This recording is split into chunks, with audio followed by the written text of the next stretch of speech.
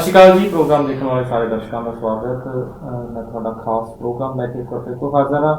Western Overseas ਤੋਂ ਪ੍ਰਦੀਪ ਬਾਲਿਆਨ ਜੀ ਨੂੰ ਅੱਜ ਸਟੂਡੀਓ ਦੇ ਵਿੱਚ ਸੱਦਾ ਦਿੱਤਾ ਗਿਆ। ਗੱਲਬਾਤ ਸਟੂਡੈਂਟ ਵੀਜ਼ਾ ਦੀ ਰਹੇਗੀ, ਨਾਲ ਆਈਐਲਟਸ ਵੀ ਗੱਲ ਕਰਾਂਗੇ। ਕੋਈ ਵੀ ਸਵਾਲ ਤੁਹਾਡੇ ਦੇ ਰਹਿੰਦਾ ਨਾਲ ਤੁਸੀਂ ਵੀ ਕੰਟੈਕਟ ਕਰਕੇ ਗੱਲਬਾਤ ਕਰ ਸਕਦੇ ਹੋ। ਨੰਬਰ ਦਿਖਾਇਆ ਜਾਏਗਾ, ਉਸ ਨੰਬਰ ਦੇ ਉੱਤੇ ਕਾਲ ਕੀਤੀ ਜਾ ਸਕਦੀ ਹੈ। ਪ੍ਰਦੀਪ ਜੀ ਬਹੁਤ ਬਹੁਤ ਸਵਾਗਤ ਜੀ। ਥੈਂਕ ਯੂ ਜੀ, ਥੈਂਕ ਯੂ। ਨਿਊਜ਼ੀਲੈਂਡ ਨੂੰ ਲੈ ਕੇ ਥੋੜ੍ਹੇ ਜਿਹੇ ਜਿਹੜੇ ਸਵਾਲ ਵੀ ਸੀ ਬੱਚਿਆਂ ਦੇ, ਪਰਸਨਲੀ ਵੀ ਜੇਕਰ ਮੈਂ ਦੇਖਾਂ ਤਾਂ ਅੱਜ ਨਿਊਜ਼ੀਲੈਂਡ ਨੂੰ ਉਸ ਲੈਵਲ 'ਤੇ ਪ੍ਰਮੋਟ ਨਹੀਂ ਕੀਤਾ ਜਾ ਰਿਹਾ ਜਿੰਨਾ ਪਿਛਲੇ ਸਮੇਂ ਦੌਰਾਨ ਕੀਤਾ ਜਾਂਦਾ ਸੀ ਨਾ। ਅੱਜ ਬੱਚਾ ਕੈਨੇਡਾ ਤੋਂ ਵੀ ਰਿਜੈਕਟ ਹੋ ਰਿਹਾ, ਜਾਂ ਆਸਟ੍ਰੇਲੀਆ ਦੀ ਗੱਲ ਕਰੀਏ ਤਾਂ ਉੱਥੇ ਵੀ ਜਿਹੜਾ ਰਿਜੈਕਸ਼ਨ ਦਾ ਗ੍ਰਾਫ ਦੇਖਣ ਨੂੰ ਮਿਲ ਰਿਹਾ ਨਾ। ਸੋ ਨਿਊਜ਼ੀਲੈਂਡ ਦੀ ਆਪਸ਼ਨ ਰਹਿੰਦੀ ਬੱਚੇ ਦੇ ਕੋਲ, ਪਰ ऑप्ट नहीं की जा रही या दसिया नहीं जा रहा, की कारण है? देखिए सर, होता क्या है कि ये डिपेंड करता है। ऐसा नहीं है कि न्यूजीलैंड बच्चे नहीं जा रहे, बच्चे जा रहे हैं। हाँ, ये हो सकता है कि आज की डेट में कंसल्टेंट कम प्रमोट कर रहे हैं। तो दूसरा ये भी देखा जाता है कि आज की डेट में जो ईजी वे हो वो हर कोई अपनाना चाहता है, चाहे वो स्टूडेंट है चाहे कंसल्टेंट है। जैसे कनाडा में कुछ हिंग ने फिटकड़ी कुछ नहीं लगनी, SDS की बात करें तो कोई फंड्स नहीं दिखाना, ठीक है, यूनिवर्सिटी चेकलिस्ट में कोई फंड्स नहीं दिखाना। दूसरा ऑस्ट्रेलिया में देखें तो 3 महीने पुराने फंड्स दिखाने हैं। न्यूजीलैंड की बात करें तो 6 मंथ ओल्ड फंड दिखाने हैं। और मेजोरिटी ऑफ द स्टूडेंट्स में ये प्रॉब्लम है, अगर वो न्यूजीलैंड भी जाना चाहते हैं, वो अपनी जब स्टार्ट करते हैं प्रिपरेशन, जो आइल्स की है, चाहे उसके बारे में सोचना शुरू करते हैं, तो वो सोचते रहते हैं, ख्याली पुलाव बनाते हैं, वो प्रैक्टिकली मतलब स्टार्ट नहीं करते। लाइक एक बच्चा जब सोचना शुरू कर रहा है तो उसको पता होना चाहिए, उसको काउंसलिंग लेनी चाहिए पहले जाके कि भाई मैं अगर न्यूजीलैंड जाना चाहता हूँ तो मुझे किन किन डॉक्यूमेंट्स की रिक्वायरमेंट है। तो भी डॉक्यूमेंट एक दिन में तो प्रोड्यूस हो नहीं सकते। बच्चे को पता होना, अगर ये पता होगा कि हाँ तेरे को 6 मंथ ओल्ड फंड चाहिए, तो वो 6 मंथ एक बच्चे को लग भी जाते हैं। वो आइल्स भी प्रिपेयर करेगा, उससे पहले पासपोर्ट भी बनवाएगा, फिर ऑफर लेटर भी आएगा।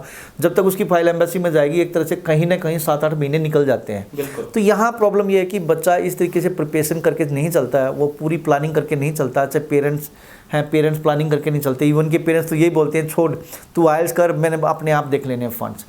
तब फिर आगे वो अपने एजेंट्स पे, कंसल्टेंट पे डिपेंड हो जाते हैं। जी हमने न्यूजीलैंड जाना है, हमने तो आइल्स कर लिया, अब मेरे को वीज़ा चाहिए और मेरे पास तो फंड नहीं है। जब फंड की बात आती है कहते जी फंड तो है ही नहीं। तो कहीं ना कहीं अवेयरनेस नहीं है, या वो पूरी तरीके से अवेयरनेस होते हुए भी उस बारे में सोचना नहीं चाहते। दैट इज़ द रीज़न कि वो प्रमोट कम होता है फिर, क्योंकि यहाँ रिक्वायरमेंट है फंडिंग की। 6 मंथ ओल्ड फंड चाहिए, तो बच्चा इस बारे में सोचता ही नहीं है।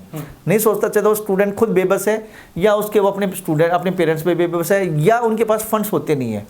तो प्लीज़ कीप इन माइंड, जिन बच्चों ने न्यूजीलैंड जाना उनका बहुत बढ़िया भविष्य है, लेकिन प्रिपरेशन करके आपको खुद चलना पड़ेगा। खुद आपको डॉक्यूमेंटेशन प्रिपेयर करने पड़ेंगे, तब जाके आपका वीज़ा लगेगा, तब आप बाहर जा पाएंगे न्यूजीलैंड। बड़ा सिंपल प्रोसेस है जी। अगर आप +2 पास हैं तो आपको 1.5 साल, मैक्सिमम 2 ईयर या 3 ईयर, मतलब लेवल 5 डिप्लोमा मिनिमम करना होगा बच्चे को। लेवल 5 या लेवल 5 to 6 या लेवल 6। तो लेवल 5 to 6 या लेवल 5 1.5 साल का भी होता है, 2 साल के भी होते हैं। लेवल 6 है वो 2 ईयर का होता है, और इसके अलावा जो बच्चा बैचलर करता है वो 3 ईयर की होती है। तो 1.5 साल से लेके 3 साल तक पढ़ना पड़ेगा। आपने 1.5 साल पढ़े तब भी आपको 1 ईयर का ग्रेजुएट जॉब सर्च वीज़ा है। 2 साल पढ़े तब भी 1 ईयर का graduate job search visa study complete करने के बाद। 3 ईयर पढ़ोगे तब भी आपको 1 ईयर का ग्रेजुएट जॉब सर्च वीज़ा है। इसमें आपने जॉब ढूंढनी है, जॉब अगर मिलती है तो आपको तब जाके 2 ईयर का graduate work experience employer assist visa आपको मिल जाएगा। पहले 1 साल के बाद जैसे जॉब मिलती है तो 2 ईयर का वीज़ा एक्सटेंड हो जाएगा। अगर आप ग्रेजुएट हैं तब भी सिर्फ आपको 1 ईयर पढ़ना है, या 1.5 साल से 2 साल पढ़ना है। 1 ईयर का ग्रेजुएट जॉब सर्च अपना ग्रेजुएट डिप्लोमा है, और PG डिप्लोमा भी 1 ईयर का है, और जो मास्टर्स है वो 1.5 साल से 2 साल की है। उसके बाद भी स्टडी कंप्लीट करने के बाद भी आपको 1 साल का graduate job search visa, job जैसे मिलती है तो 2 ईयर का आपको एम्प्लॉयर असिस्ट वीज़ा। मीन्स आप चाहे +2 पास हैं, चाहे आप ग्रेजुएट हैं, चाहे आप लेवल 5 डिप्लोमा में जा रहे हैं, या लेवल अपना क्या नाम है 8 या 9 में आप जा रहे हैं, जिसमें भी जा रहे हैं, मतलब PG डिप्लोमा या मास्टर्स में, आपको हर प्रोग्राम में स्टडी कंप्लीट करने के बाद पहले 1 ईयर का जॉब सर्च वीज़ा मिलेगा। जॉब मिलेगी तो 2 ईयर का आपको एम्प्लॉयर असिस्ट वीज़ा मिल जाएगा। तो बच्चे आज की डेट में जा रहे हैं, बशर्ते बच्चों के पास फंड्स होने चाहिए। जो 1.5 साल के कोर्स में जा रहे हैं उनको 27-28 लाख के फ़ंड दिखाने हैं। जो 2 ईयर के फंड और कोर्स में जा रहे हैं उनको 32 से 35 लाख के फ़ंड दिखाने हैं। जो बच्चा 1 ईयर के कोर्स में जा रहा है उनको 17 से 18 लाख के फ़ंड दिखाने हैं। जी, FTS ही ऑप्ट होगी। तो यहाँ पे जो 1 ईयर के फ़ंड है वो आपको 17 से 18 लाख रुपए 6 महीने पुराने दिखाने हैं। रेस्ट जो नेक्स्ट ईयर के हैं वो प्रोजेक्ट प्लान दिखाइए या करंट विद सोर्स दिखाइए, या आपको 1 ईयर की फीस वीज़ा लगने के बाद कॉलेज को पे करनी है। प्लस में $15,000 जो FTS है, जो लिविंग कॉस्ट है, वो आपको अपने साथ लेके जानी है। ANZ बैंक में आपका अकाउंट ओपन होगा और उसमें $15,000 ट्रांसफ़र होंगे। तो मीन्स जैसे वीज़ा आता है, वीज़ा आने के बाद 1 साल की फ़ीस 7 से 8 लाख या 9 लाख जो भी है, प्लस में 1 ईयर का जो आपका अकोमोडेशन का, खाने पीने रहने का, ट्रैवल का जो भी एक्सपेंसेस है वो आपको साथ लेके जाना है। मतलब ANZ में बैंक में अकाउंट ओपन होगा, उसमें ये 7 साढ़े 7 लाख रुपए ट्रांसफ़र हो जाएंगे और वहाँ जाके आपको $1250 पर मंथ वापस मिलेगा। मतलब जो आपने $15,000 कॉलेज बैंक को दिए हैं, अपने अकाउंट में डाले हैं, वो आपको वापस इंस्टॉलमेंट में 12 इक्वल इंस्टॉलमेंट में मिल जाएंगे। बड़ा सिंपल है जी। जो +2 पास है 5.5 बैंड, अगर आप इलेक्ट्रिकल, मैकेनिकल, सिविल जैसे कोर्स में जा रहे हैं तो आपको 6 बैंड लेने होंगे अगर +2 पास हैं, और बिजनेस के, IT के ये कोर्स या हॉस्पिटल मैनेजमेंट के 5.5 बैंड पे मिल जाएंगे। और इसके अलावा अगर इफ़ यू आर ग्रेजुएट तो आपको ग्रेजुएट डिप्लोमा में 6 बैंड चाहिए, PG डिप्लोमा के लिए 6.5 बैंड नो लेस देन 6 चाहिए, और मास्टर्स के लिए आपको 6.5 बैंड नो लेस देन 6 चाहिए। और मास्टर में कुछ यूनिवर्सिटीज़ और कॉलेज वर्क एक्सपीरियंस भी मांगती हैं, मतलब स्टडी कंप्लीट करने के बाद। लेवल 8 और 9 as per the high commission, as per the embassy, level 8 और 9 में आप स्पाउस वीज़ा पे भी एलिजिबल है ਜੀ। ਜਿਹੜੇ ਬੱਚੇ ਆਸਟ੍ਰੇਲੀਆ ਤੋਂ ਰਿਜੈਕਟ ਹੋ ਗਏ, 3 ਮਹੀਨੇ ਪੁਰਾਣੇ ਫੰਡ ਸੀ ਉਹਨਾਂ ਦੇ ਕੋਲ, ਉਹੀ ਫੰਡ ਜਿਹੜੇ ਨਿਊਜ਼ੀਲੈਂਡ ਦੇ ਵਿੱਚ ਚੱਲ ਜਾਣਗੇ। ਪਲੱਸ ਕੀ ਫਾਇਦਾ ਰਹੇਗਾ ਉਹਨਾਂ ਦੇ ਲਈ, ਜਿਹੜੀ ਇੱਕ ਚੰਗੀ ਆਪਸ਼ਨ है? डेफिनेटली बहुत अच्छी ऑप्शन है जी। उनकी पॉपुलेशन अपनी बहुत कम है और they need the skilled person, उनको स्टूडेंट चाहिए, अच्छे स्टूडेंट चाहिए। तो अगर आप ऑस्ट्रेलिया से रिफ्यूज़ है, नो वरी। आपका देखो फ्रॉड फंड्स, फ्रॉड डॉक्यूमेंट के कारण रिफ्यूज़ नहीं होना चाहिए, आप जेन्युइन स्टूडेंट्स होने चाहिए। आप वही फंड्स अपना न्यूजीलैंड में भी लगा सकते हैं। 3 महीने पुराने हो चुके हैं, 3 महीने और वेट करने होंगे। जिस दिन 6 महीने पुराने हो जाएंगे आपकी फाइल लगेगी, आपका वीज़ा आ जाएगा जी। ਸੋ ਨਿਊਜ਼ੀਲੈਂਡ ਦੇ ਵਿੱਚ ਇੱਕ ਹੋਰ ਜਿਹੜੀ ਆਪਸ਼ਨ ਆਉਂਦੀ ਕਿ 5.5 ਬੈਂਡ ਤੇ ਵੀ ਜਿਹੜਾ ਚੰਗਾ ਸਕਸੈਸ ਰੇਟ ਮਿਲ ਜਾਂਦਾ ਬਜਾਏ ਆਸਟ੍ਰੇਲੀਆ ਜਾਂ ਕੈਨੇਡਾ ਦੇ। ਸੋ 5.5 ਬੈਂਡ ਵਾਲੇ ਬੱਚੇ ਕੀ ਨਿਊਜ਼ੀਲੈंड ਨੂੰ ही ऑप्ट करना ज़्यादा बढ़िया? श्योर, कोई प्रॉब्लम नहीं है। 5.5 बैंड, अगर आप +2 पास है, 5.5 बैंड है, आप अपनी फाइल लगाइए, आपका वीज़ा निकलेगा। अगर आप ग्रेजुएट हैं तब भी यहाँ पे एक पाथवे प्रोग्राम है, उसमें भी 5.5 बैंड पे आप जा सकते हैं। उसमें क्या होगा कि आपको 8 to 9 मंथ का एलई कोर्स लगेगा, इंग्लिश कोर्स लगेगा, और उसके बाद आपका ग्रेजुएट डिप्लोमा स्टार्ट होगा।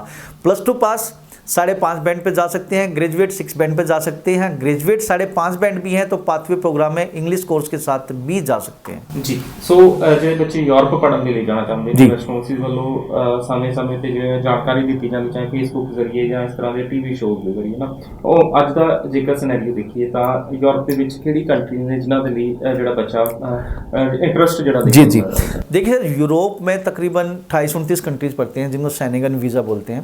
तो इसमें मोस्टली काफ़ी कंट्री है जिसमें हम डील करते हैं। मैं बताना चाहूँगा कि वेस्टर्न ऑस्ट्रेलिया किस में डील करता है। जर्मनी है, फ्रांस है, पोलैंड है, स्विट्ज़रलैंड है, हंगरी है, डेनमार्क, स्वीडन, इटली, ये सारे कंट्रीज़ हैं जिसमें वेस्टर्न ऑस्ट्रेलिया डील करता है। बट इसमें से मैं टाइम थोड़ा है तो मैं एक कंट्री जरूर उठाऊंगा, दैट इज़ जर्मनी। अगर जर्मनी में बच्चा जाता है तो वहाँ स्टे बैक ऑप्शन है। मतलब स्टडी कंप्लीट करने के बाद, बैचलर और मास्टर्स कंप्लीट करने के बाद आपको 18 मंथ का स्टे बैक मिलेगा, मतलब 18 मंथ का वर्क वीज़ा मिलेगा। और 5 साल तक अगर आप लीगल स्टे वहाँ करते हैं, काम करते हैं, तो आपकी परमानेंट रेजिडेंसी भी आ जाएगी, आप पक्के भी हो सकते हो। तो आज की डेट में यूरोप में जो बच्चा जाता है तो कहीं ना कहीं जर्मनी फर्स्ट ऑप्शन होता है। यहाँ 2 टाइप की एजुकेशन है जी, आपकी पेड एजुकेशन भी है और फ्री भी है।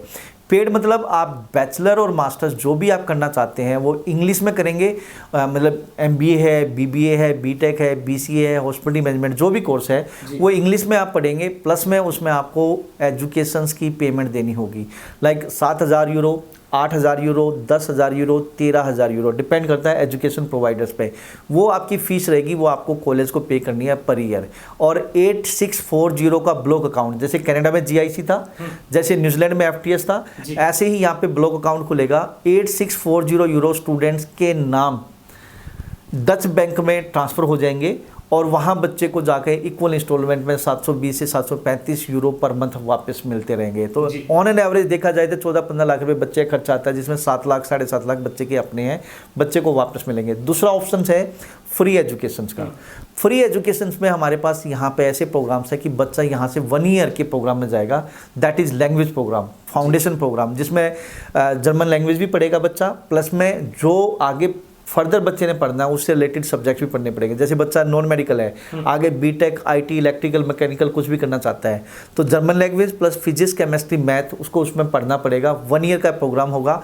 1 ईयर के बाद बच्चा more than 180 universities, public funded universities, government university में फ्री एजुकेशन ले सकता है, फ्री एजुकेशन। इसी तरीके से हमारे पास एक प्रोग्राम और भी है, जो बच्चे जीएनएम हैं, जो वो चाहे एएनएम, जीएनएम, बीएससी नर्सिंग, उनके लिए हमारे पास लाइसेंसिंग प्रोग्राम है। और उन लाइसेंसिंग प्रोग्राम में क्या है कि आपको 15 महीने वहाँ पढ़ने होंगे। 15 महीने के बाद आप वहाँ पे legally as a nurse, registered nurse hospital में काम कर सकते हैं। तो उसमें क्या है कि जी आपको करिकुलम पढ़ाया जाएगा जो अपना German language as well as जो आपने जीएनएम में पढ़ा था उससे रिलेटेड।